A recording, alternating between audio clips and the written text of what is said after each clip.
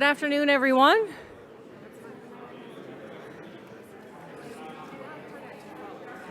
Can you hear me? Okay. Good afternoon, everyone, and welcome to the next education session of our afternoon. My name is Kelly Penny. I'm the Acting Registrar of Motor Vehicles for the Government of Newfoundland and Labrador. And I'm also Newfoundland and Labrador's representative on the CCMTA Board of Directors. And I will be your moderator for today's session. The following presentation will last for approximately an hour, and we'll conclude with question and answer period for our guest speakers. So I'll ask that you please wait until the end to pose your questions. The name of this afternoon's presentation is Impaired Driving, What Research Can Tell Us. And to discuss this topic, we have two speakers this afternoon, Doug Beirness from Beirness and Associates, and Dr. Christine Wickens from the Institute for Mental Health and Policy Research. Doug currently serves as a senior associate with the Canadian Centre on Substance Use and Addictions and is an independent road safety consultant. His primary area of research interest has been alcohol and drug-impaired driving. He's published extensively in the areas of drug and alcohol-impaired driving, the Drug Evaluation and Classification Program, alcohol ignition interlock programs, and road surveys of alcohol and drug use by drivers. In 2016, Doug was recognized by the International Association of Chiefs of Police as a DRE ambassador for outstanding contributions to the Drug Evaluation and Classification Program. Please welcome Doug Beirness.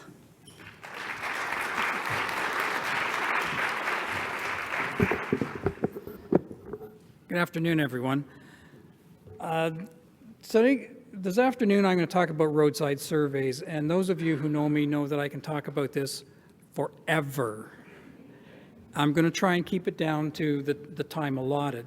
So we're just going to get right into it. A little bit of background. Over the last little while, there's been 5 jurisdictional surveys done in Canada. And most of you probably know that roadside surveys are not a really common thing that have been done in this country, but they've been around. And the value of them is that they provide current information, it's reliable and valid, and it gives you an estimate of the prevalence of alcohol and drug use by drivers on the road.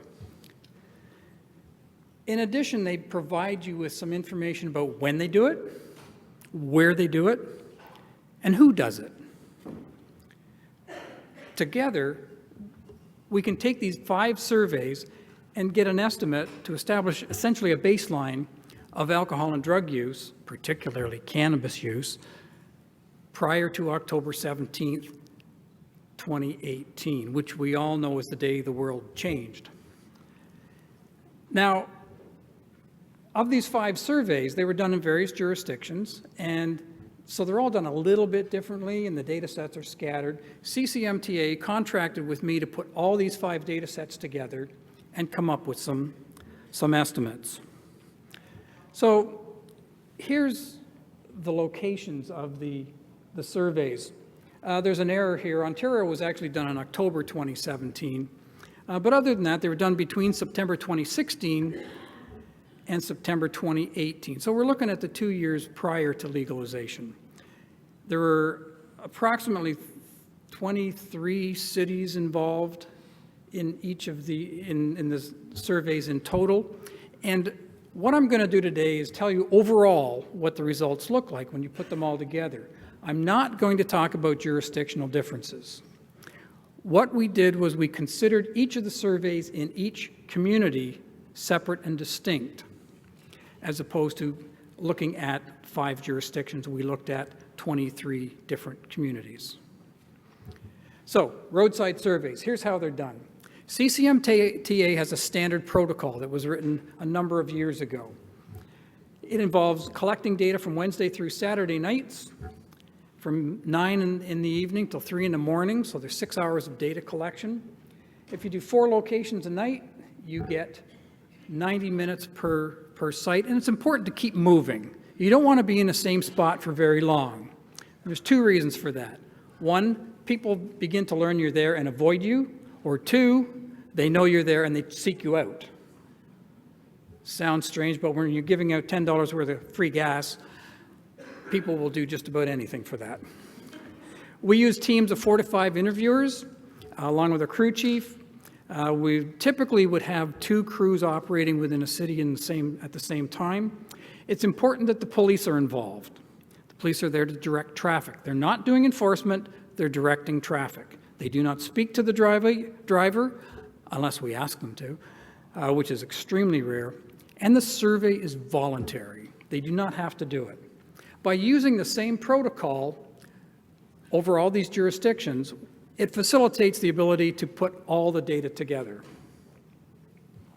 The key component of roadside surveys is that we collect objective information on alcohol and drug use by collecting a breath sample and an oral fluid sample from the drivers. Oral fluid. My life has been immersed in spit over the last few years, in more ways than one. But the one we're interested in here is ones that we actually collect in a controlled manner. There's no spray involved.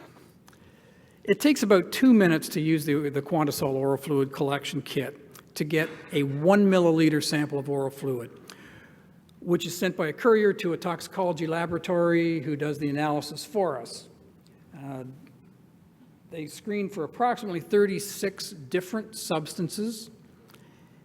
And the value of oral fluid is it provides a measure of recent drug use in most cases.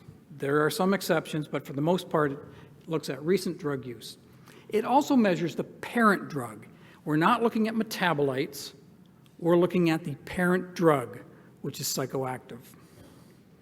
And if you do that for us, we will give you a $10 gift card. These cards are provided by MAD Canada, and they're usually for an Esso station or a Shell station. It's not really that much of an incentive, but $10 is $10. Now, when we went to the Yukon and the Northwest Territories, we learned that that probably wasn't a good idea to give out gas cards, particularly in Whitehorse, where they don't have an Esso station or a Shell station. Most of the gas stations, almost all the gas stations, are independent. So giving people a gas card and telling them to travel 900 miles to use it probably wasn't going to be much of an incentive. So we gave out Tim Hortons cards instead. That went over just as well. So here's what we've got. When we put all 5 surveys together, there was a total of over 7,000 vehicles selected and asked to participate. Of those drivers who were asked to participate, about 81% did. That's a phenomenal response rate. Absolutely phenomenal. Somebody phones you up and wants you to do a survey. How many say yes? Oh, I'd love to do that. Click. These drivers participate for us. Of those who said they would participate, 91% gave us breath, 86% gave us oral fluid. Why? Because this is interesting. They've never done this before. They had no idea what their alcohol level is. They have no idea what this whole drug thing is. It was new, novel, different. They did it for us. So just to show you some of the results that we got when we put them all together here, I want to show you the age distribution of the sample that participated in the survey versus the driving population in general. So here's our survey population. You'll notice that there is a predominance of younger people in the survey population, and there's the population of licensed drivers, which tends to be skewed the other way, so that we get more older drivers in the licensed driver population. So who's out driving around at night? Young people. Skipping right to the alcohol distribution, 4.3% of all the drivers that provided a breath sample tested positive for alcohol. That's pretty low in my book. Of those drivers, they're made up of 2.9% who had a blood alcohol concentration between 5 and 49. Anything less than 5 doesn't count. That's just error in the instrument. Less than 1% were between 50 and 80, and less than 1% were over 80. That's not very many at all. So why do I say that? If we use BC as a comparison, because that's as far back as I could go with the roadside data that was comparable to this, you'll see that there on the left-hand side, almost 15% of drivers in 1998 in British Columbia tested positive for alcohol, and now we're at 4.3. That's a 71% decrease in drivers who've been drinking on the road. That is absolutely phenomenal. Took us 20 years to get there, but we got there. And that continues as you look at the BAC distribution. From 2.4% over 80 to 0.7, that's a big difference as well. We have a taxi cab. We used to have a taxi cab sitting on the survey site waiting to take impaired drivers home. We don't do that anymore. We call them as we need them. There's no point in us paying for a cab to sit there because we don't need them very often. So everyone's interested in drugs. Well, most of the drivers weren't using drugs. In fact, about 90% of them had no drugs on board. No drugs that we tested for anyway. But that means that 10% did. Most of the drugs we found, surprise, surprise, cannabis. About 3/4 of all the drugs found were THC. Stimulants. Stimulants includes cocaine and methamphetamine. They account for just over 25%. Then opioids show up, and yes, indeed, we did find some fentanyl in there. Not very much, but it's out there. And depressants account for less than 1%. So if you look at all the drug results put together, again, 74% is cannabis. One drug, of the drivers that we tested, one drug was present in 8.8%, and 2 or more drugs present in 1.3%. If you put the alcohol and the drugs together, we find that about 13% tested positive for alcohol or drugs or both. Now, the interesting thing, or the different thing that caught my surprise was among drivers who had been drinking, even though there aren't very many of them, 20% of them were also positive for drugs. Looking back over previous surveys, it used to be anywhere from 3 to 8% were positive for drugs as well. Now 20% of drinking drivers are positive for drugs. That represents a change that is not a positive one. So if we look at historical trends in drug use, we can only go back to 2010 on this one. And the yellow bars there represent the proportion of drivers in British Columbia, which is the only place we have data that goes back that far. You see there looks to be a small increase in the percentage of drugs over that period of time, but it's not statistically significant. It's nothing to get too excited about. But look at the cannabis. We go from 3.3% up to 6%. That is significant. So the proportion of drugs is not going up, but the proportion of cannabis definitely is going up. Look at age group, alcohol. There's not a big trend there. It seems to be a little bit on the younger side. 26 to 35-year-olds are most likely to test positive for alcohol. That kind of flattens out. Nothing really remarkable about that. Look at cannabis. We see a different picture altogether. It is a younger phenomenon, starting at age 19, and then it decreases thereafter.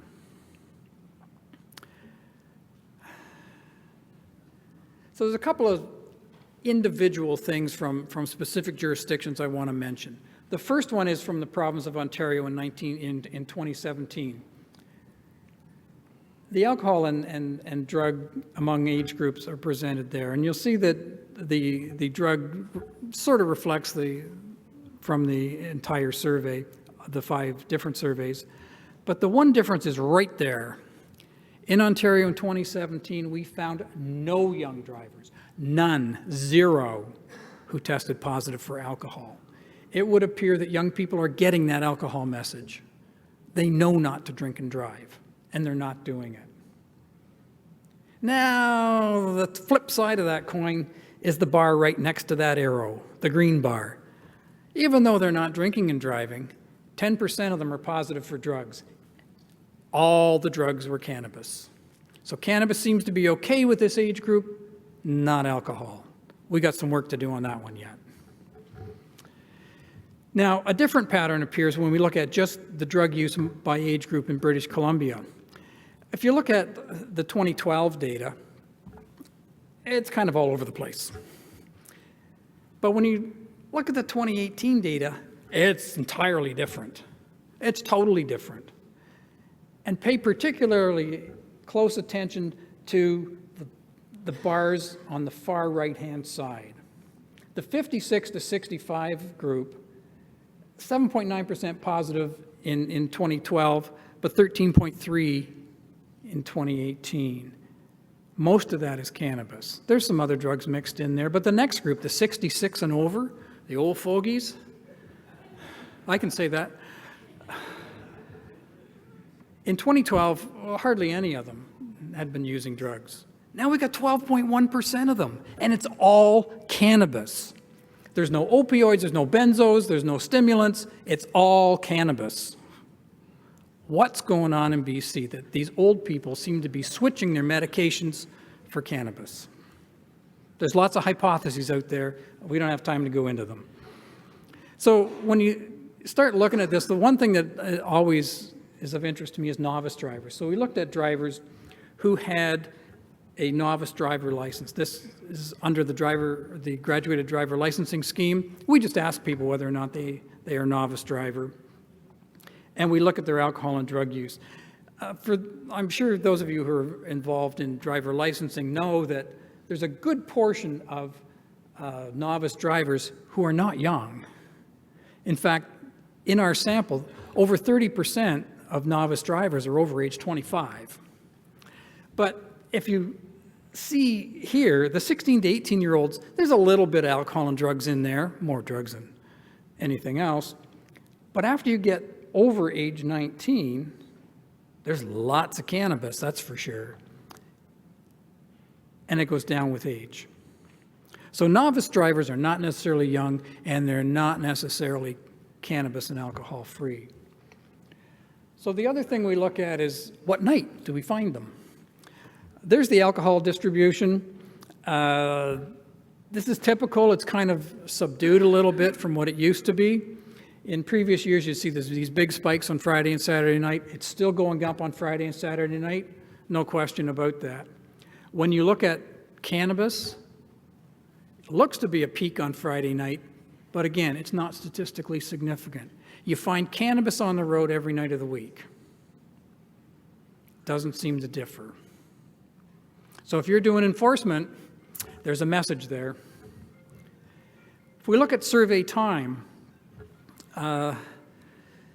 again, it used to be that after midnight, the proportion of alcohol would rise dramatically. When the bar is closed, you'd find lots of drinking drivers on the road. You ended up giving a lot of rides home. Not so much anymore. It's still happening between 2 and 3 in the morning that there's a bit of an increase in alcohol-positive drivers. But look at THC. We're seeing the alcohol pattern here late at night, and it's pronounced.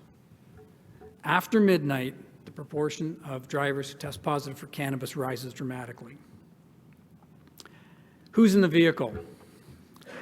Well, this is always interesting because we ask, you just look in the car and see what the configuration of the occupants are.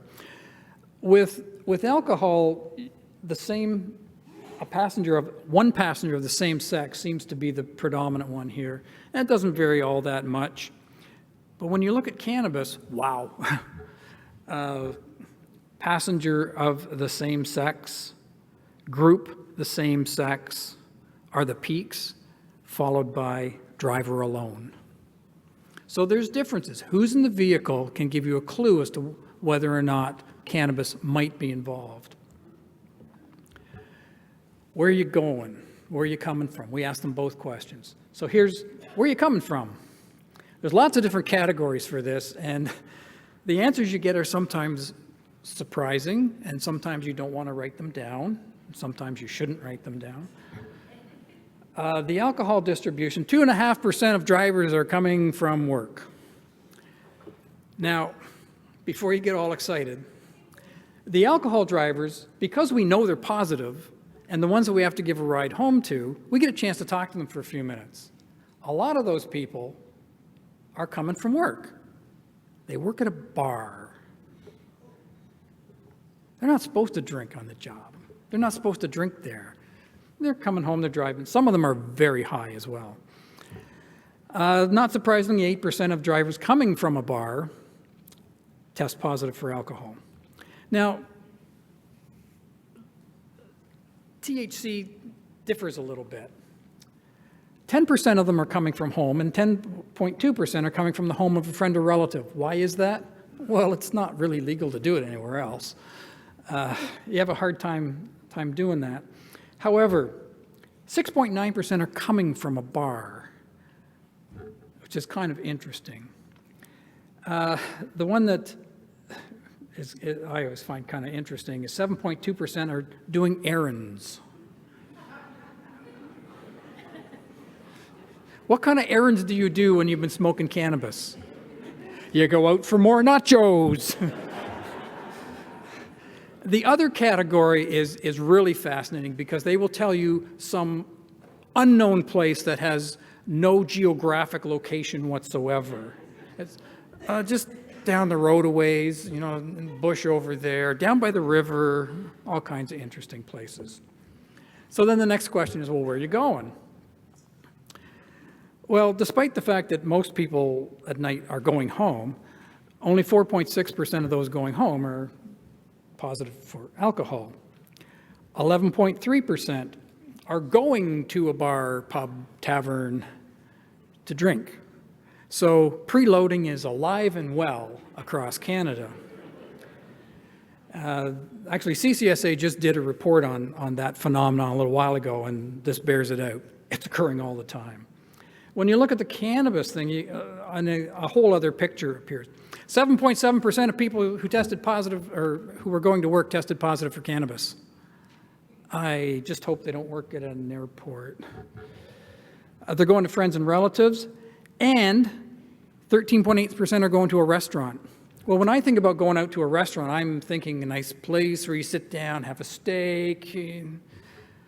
What you got to remember is McDonald's, Wendy's, the pizza place, those are all restaurants. They're going out for munchies. Same as errands, 10.1%. Yeah, you know that story. But 13% are coming from some other unknown place. So we've put these 5 surveys together, thanks to CCMTA, to get a big picture of what's going on in at least those jurisdictions that have done surveys within the couple of years prior to legalization. And we find that alcohol use has decreased dramatically among drivers. That's good news. That's really good news. We've worked long and hard, all of us, everyone in this room and many others, to make sure that that happens. But cannabis is way more common than alcohol now. And a lot of that has to do with the fact that people don't think the police can detect it and that they can't do anything even if they do. It's common among drivers aged 19 to 25, and older novice drivers tend to be a particular interest to me because they shouldn't be doing it at all. It's not just a weekend phenomena. That's the one thing that I think law enforcement takes away from this over and over again when I give these presentations, is if you're looking for alcohol, we know when and where. When it comes to cannabis, we're kind of searching in the dark. Wednesday and Thursday are as good as Friday and Saturday for finding cannabis-using drivers. Late night seems to be really common. And that's something that, as I mentioned, was common with alcohol too. Groups of younger males in a car together. Now, I didn't show you the breakdown of sex and age by groups of drivers, but it's younger males traveling together in the same vehicle tend to be most likely positive for cannabis. A final word. Oh, by the way, I love to take pictures at roadside, but usually at night, it's really, really difficult to do that because you got these lights and you got reflective material. So all you get is light flashes in the camera. That isn't the case in the Yukon in June. You can go all night without turning the light on. It's great, and you get some really, really good pictures. But public interest in drugs and driving is really high these days, particularly cannabis. And there's lots of groups, lots of government groups as well, looking to see how we can measure this and what we can do to try to keep this down or control it or something. But there's a lot of misinformation and miscommunication and confusion and all that surrounding cannabis and driving, and that's particularly the case among young people. The other thing is, in the patterns that I've shown you here today, the time of day, the day of week, we need to understand all that. We need to understand how people use cannabis, because it's not like alcohol where you go to the bar, you sit in the bar for a while, you drive home, you go to a party, you drive home. We've established social patterns of alcohol use that we're all familiar with. That's not the case with cannabis. What used to be a very clandestine activity is now becoming social norm. We need to understand those patterns really, really carefully. And we're going to have to ask people about how they use cannabis, where they use cannabis, and how they get from here to there after using cannabis. We're not very good at that. Right now, roadside surveys are all we have to tell us what's going on the roads. So, 2 to 3 years from now, we need to go back out and do the same thing again and see how things have changed. I believe things will change, and they'll change in ways that we probably don't expect them to. Hopefully they won't go up too badly, but the pattern might change. We could be very surprised at what we see if we go out in 2 or 3 years. And that's all I have.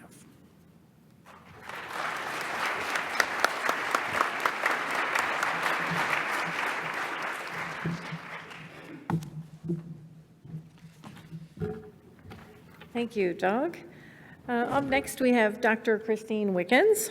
So Dr. Wickens is a scientist at the Center for Addiction and Mental Health and is an assistant professor at the Dalla Lana School of Public Health at the University of Toronto. She's published extensively in the area of driver behavior, including articles on aggressive driving, street racing, alcohol and drug-impaired driving, and the impact of mental health on driving. She's currently leading a clinical trial researching the combined effects of alcohol and cannabis on simulated driving, and is part of a research team that recently completed a qualitative interview study with cannabis-impaired drivers. She is a 2-time recipient of the Charles Miller Award and currently serves on the board of directors for the Canadian Association of Road Safety Professionals. Please welcome Dr. Wickens.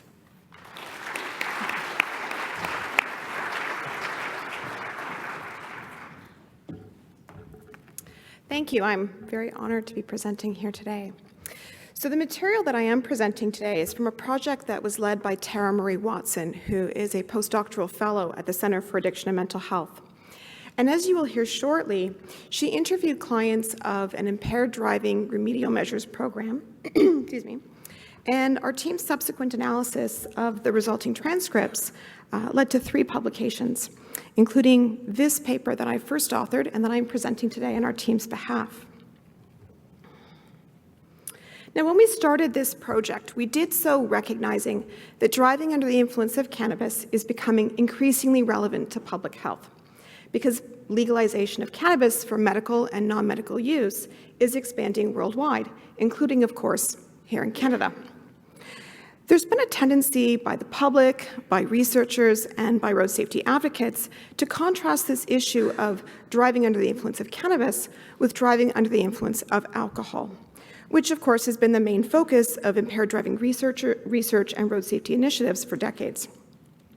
There are, of course, significant differences between cannabis and alcohol in terms of pharmacological effects and usage patterns, differences that I think contribute to the current debate on cannabis-impaired driving laws and roadside enforcement.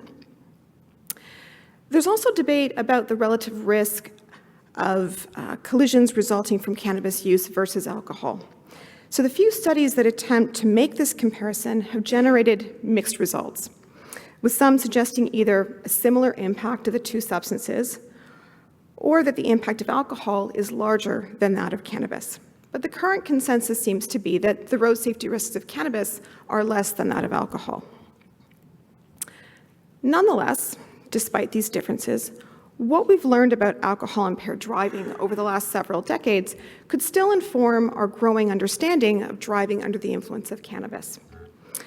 One topic area that's been addressed in the battle against alcohol-impaired driving has been the assessment of cognitive factors, including driver attitudes, perceived risks, and normative influence.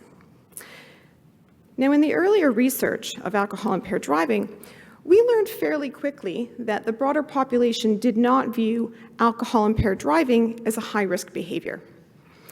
When asked to judge the responsibility of an alcohol-impaired driver for a roadway collision, participants were highly sensitive to situational context, and they rarely prescribed sanctions in the absence of adverse consequences, such as serious injuries or property damage. More recent studies of alcohol-impaired driving have shown that those who believe driving under the influence of alcohol increases collision risk are less likely to engage in that behavior. And this, of course, is consistent with theories of health behavior change that emphasize the role of perceived risk in motivating self-protective behaviors. Comparative optimism, and that's another relevant cognitive factor. We all have a tendency to estimate our own risk of a negative event as being lower than that of somebody else. Oh, it doesn't happen to me. Oh, I'm perfectly fine, but somebody else, perhaps not so much. And of course, this has also been demonstrated in reference to alcohol-impaired driving. So drink drivers tend to perceive themselves as less likely than the average driver to be involved in a collision when driving under the influence of alcohol. And these drivers then use this bias to self-justify their engagement in the behavior. Now, there has been some assessment of cognitive factors as contributors to cannabis-impaired driving. Cross-sectional studies worldwide have found that substance users typically perceive driving under the influence of cannabis to have minimal effects and to be less likely to impair driving than alcohol-impaired driving. And we are starting to see studies that demonstrate that normative beliefs and perceiving collision risk from driving under the influence of cannabis do influence the likelihood of engaging in that behavior. But still, comparatively speaking, there's been very little study of the relevance of social cognition to driving under the influence of cannabis. And in our review, we noticed that there's really been comparatively little research conducted on cannabis-impaired driving using qualitative methods. And so we set out to qualitatively explore factors, cognitive factors specifically, that may affect collision risk associated with driving under the influence of cannabis. And we did so by seeking the perspectives of those who engage in the behavior, individuals who are, in fact, known at-risk drivers.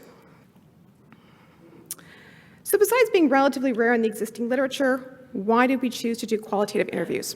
Well, because they allow for a nuanced exploration of a topic area. And for that reason, they're especially useful when working in an emerging area, including driving under the influence of cannabis, which has been around for a while, but really hasn't been a major focus of research amongst the road safety community. So we recruited interview participants from the Toronto site of Back on Track, which is Ontario's remedial measures program for convicted impaired drivers or those with 2 or more administrative driving suspensions. Completion of Back on Track is required by these drivers in order to fully reinstate their driver's license. Our interviewer, Tara Marie, would attend the program just before a scheduled lunch break and present program clients with information about the study. And in order to participate, clients, of course, had to be enrolled in Back on Track. They had to be at least 18 years of age, but they also had to have reported driving a motor vehicle within an hour of using cannabis in the past year. Eligible clients could be interviewed on-site during the break or after the program session had finished for the day, or they could schedule a telephone or in-person interview at another time. Recruitment continued until our team agreed that thematic saturation had been reached, or until we stopped getting enough interesting and different answers, once everything started to sound basically the same. So for this study, a total of 20 one-on-one interviews were conducted, and all the participants received a $20 honorarium for their time. In terms of the interview content, we started with close-ended questions about gender, age, length of time with a driver's license, and past year frequency of substance use, impaired driving, and collision risk. We then used a semi-structured interview guide with scripted questions and prompts to elicit open-ended answers, and unscripted follow-up questions were also sometimes asked to allow participants to elaborate and to clarify their responses. Thematic areas covered by the interview guide included perceptions of how cannabis use may or may not influence collision risk, relevant driving skills that may be affected by cannabis use, knowledge of others' perceptions of cannabis use and collision risk, and perceptions of how other types of drug use may or may not influence collision risk. Now, after the interviews were completed and fully transcribed, we conducted a thematic analysis of the transcripts with the data coded by myself and by Tara Marie. And we followed a standardized coding process as outlined in a number of different qualitative research guides. So we began by coding independently, and we were looking for emergent themes and sub-themes without having any preconceived hypotheses.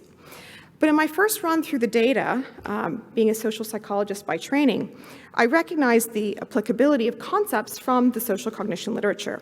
And so at our first meeting to discuss our initial impressions of the data, Tara Marie and I made a decision to move away from a more grounded theory approach and instead to consider these concepts in our review of emergent themes.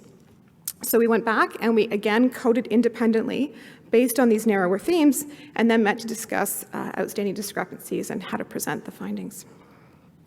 So what were our findings? Well, I'm going to start by describing the characteristics of the final sample, which included 18 males and 2 females. Interviewees ranged in age from 21 to 53 years with a mean age of 32. Length of time with a driver's license ranged from 5 to 31 years. And all participants indicated that the impaired driving offense that brought them back on track was related to alcohol, although one did report being charged for both alcohol and cannabis use. A majority, 55%, reported being a daily user of cannabis. 20% reported driving within an hour of using cannabis only. 25% reporting this behavior weekly, and 15% monthly. Only 15% reported having been involved in a collision after using cannabis, although one of these cases also involved alcohol. So what themes do we identify? I'm going to go through them one by one. So perceived effects of cannabis use on collision risk and driving skill. Participants expressed mixed views regarding the potential effects of cannabis use on driving. Although some believed that cannabis use increases collision risk, this acknowledgement was often qualified by statements regarding the amount consumed or the level of personal experience with the drug. For example, one participant said, "I feel like it's not a good idea for people who haven't smoked weed. It would endanger others because I feel like if you're doing it first, like for your first couple of times, it'll boost your anxiety up, then probably create a car crash on the road." Participants also identified a wide variety of driving-related skills that could be negatively affected by cannabis. Judgment, for example, misjudging the speed or the distance between vehicles, reaction time, peripheral vision, anxiety or panic, paranoia, and really a constellation of attention-related symptoms. So we heard things like distracted concentration, tunnel vision or hyper-focusing, decreased alertness, or being too relaxed behind the wheel. Some participants acknowledged driving skills that could negatively be impacted by cannabis use, but then didn't actually believe that collision risk was increased. And in fact, some who reported experiencing effects of cannabis on concentration, alertness, and feelings of paranoia felt that these had a positive impact on their driving. For example, someone said, "I'm driving very, cautiously. I'm checking, I'm aware, in fact, I'm extremely alert. So there's really nothing that's going to happen that I'm going to do on the road." A comparative optimism bias was also evident in some of the interviews. These participants, many of whom reported frequent cannabis use, believed that while cannabis use did not affect or no longer affected their own driving because of tolerance, it likely could or does affect the driving of someone else, especially in reference to novice or less frequent cannabis users. One participant said, "For myself, I don't feel like there's any effect. I don't feel like there's any impairment. I don't feel like I'm hallucinating or I'm somewhere else. I know what I'm doing, exactly what I'm doing. But for the general population, I can see that it can impair somebody and impair their judgment and reaction time." Several participants also spontaneously compared their cannabis-impaired driving to alcohol-impaired driving, citing the latter as far riskier. So one participant said, "Honestly, I think it's better than drinking. When you drink, you don't even remember the things that you do the next day. But when you smoke, you actually, you focus."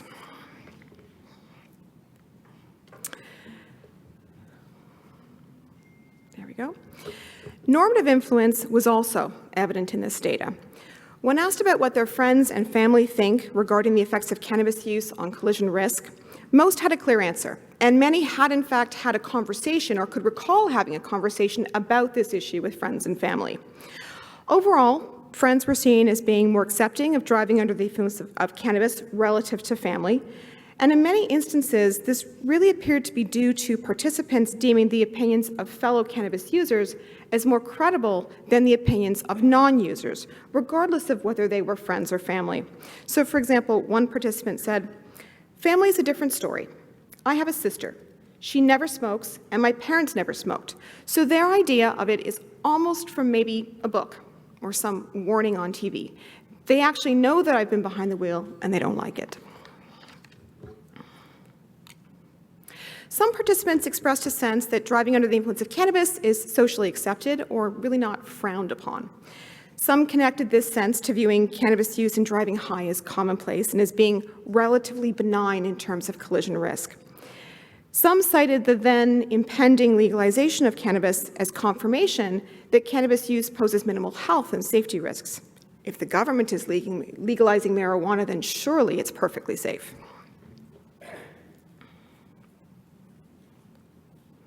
Okay. And finally, we looked at how participants perceived collision risk that was associated with drug use other than cannabis. And consistent with previous research, participants perceived driving under the influence of cannabis as less dangerous than driving under the influence of other drugs. Participants expressed concern about hallucinogens, noting effects on perception, awareness of reality, and vision.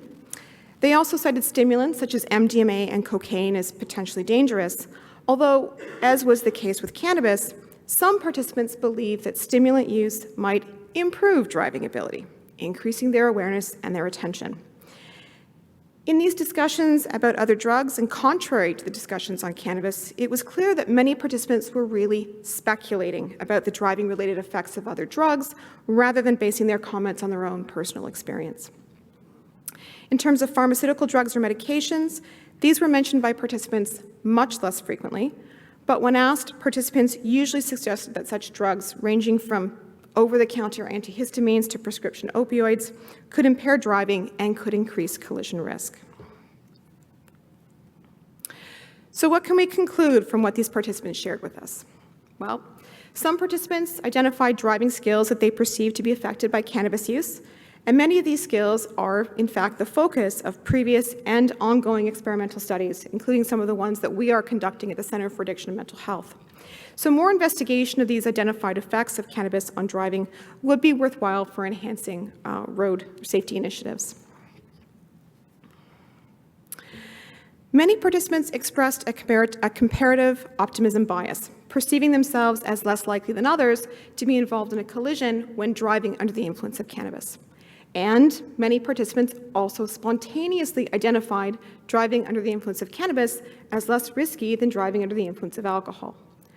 Both of these comparisons are used to rationalize involvement in the behavior and to minimize any discomfort arising from social disapproval or cognitive dissonance. So education and prevention programs may be enhanced by a focus on highlighting and reducing these cognitive biases. The findings also support existing knowledge that peer influence can be an important predictor of drug use and impaired driving behavior. altering perceived peer norms and social disapproval has been really a very primary strategy to reducing alcohol-impaired driving. And so these data suggest that this type of strategy should be considered for the prevention of cannabis-impaired driving as well. And finally, participants perceive cannabis use as less of a risk factor for collision involvement than other drug use, such as illicit hallucinogen and stimulant use. But they noted that their opinions were speculative. Previous research has found that differential beliefs about the effects of various drugs on driving and collision risk are dependent on the extent of one's actual experience with drug driving. So further exploration of the risk perceptions associated with different substances may yield valuable information on the role of experience and cognitive mechanisms underlying these beliefs, information that could ultimately motivate attitude and behavior change. As with every study, this project had limitations that we have to acknowledge.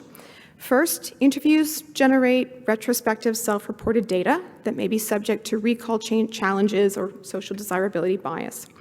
In terms of that social desirability bias, participants were assured that their participation was confidential and that would have no impact on their Back on Track program status. Second, as we sampled a group of known at-risk drivers, it's unclear to what extent our findings are generalizable to the broader population. And third, our sample consisted predominantly of male participants, so it's possible that our findings do not generalize to the female population. Overall, the wide spectrum of beliefs about the dangerousness of driving under the influence of cannabis really poses a significant challenge to the delivery of effective prevention messaging to a very diverse driving public. Based on our findings, we recommend the following when developing new public health and road safety campaigns. First, always base messaging on up-to-date evidence on the impairing effects of cannabis use on driving. Those who engage in the behavior need to know what the driving-related effects of cannabis actually are and how these effects do in fact pose a threat to safety. Second, provide information on the limited utility of personal efforts to compensate for cannabis-related impairment while driving, such as driving more slowly or increasing following distance. And third, aim for a wide audience in an effort to decrease the perceived social acceptability of driving under the influence of cannabis. And as a final thought in terms of future directions, if those who engage in driving under the influence of cannabis are, in fact, more influenced by fellow cannabis users, it may be important that public campaigns are endorsed or delivered by those with relevant lived experience. Further study of this possibility would certainly be advised. So with that, I will leave you with the listing of all 3 publications that came from this project. If you're interested but you cannot access these articles, please feel free to let me know and I would be happy to email them to you. I thank you for your time, and I welcome any questions you might have. Thank you.